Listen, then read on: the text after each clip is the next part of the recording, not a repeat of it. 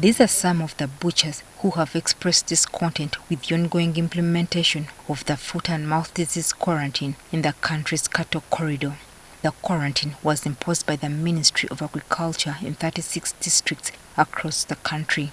One of the affected districts is Mbarara, following the outbreak of this disease there. But the beef dealers are not satisfied with the decision by the city veterinary officials, instructing them to close down their businesses while allowing their counterparts in the milk sector to continue with their operations. What has annoyed us most is blocking the sale of meat but allowing milk to be sold. And yet, milk has led to the spread of the disease the most. A milk boy moves from one kraal to another collecting milk, and in this way, he keeps on spreading the disease. But in spite of this, they have allowed milk to be sold. But some of the dairy operators have pushed back against this claim, stating that they have also been instructed to close shop. Ever since the quarantine has been announced, I've not gotten any supply of milk and I'm making losses. As a result, a meeting by the district officials was called early today to cool down tempers.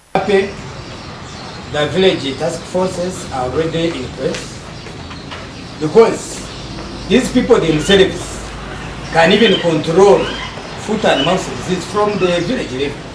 The chairpersons of LC1 and the task force that is made. Despite the challenges being faced by dairy and beef dealers across the country, the situation in Kampala is not yet as dire as Mbarara, although some are already concerned.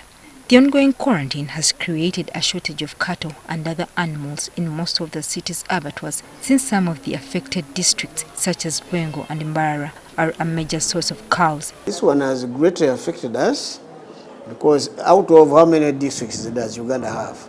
If you take away 32, which means if we are receiving 100 cattle, now we are receiving about 60 or 70.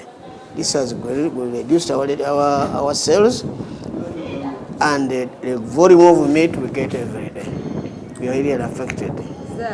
As such, those brought into these places are much sought after, with stiff competition among the traders and the butchers seeking to buy them.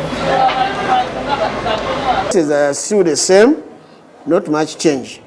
We are still watching the situation, but maybe if it requires, we may increase the price.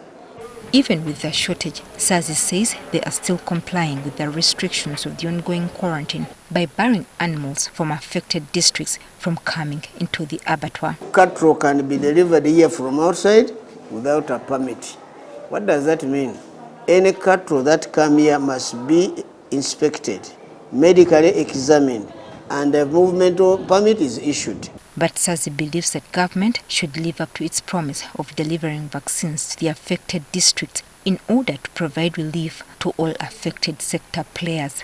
This is in addition to improving on the extension services provided to farmers in order to combat similar outbreaks in the future. We should put more extension workers, especially the vets, to see that they control this type of thing. We must make sure that cattle from the quarantine area do not cross into districts which is not quarantined off. That will prevent a lot of problems. Currently, the Ministry of Agriculture is trying to amass funds to buy the much-needed vaccines. Joyce Nakato, NTV Weekend Edition.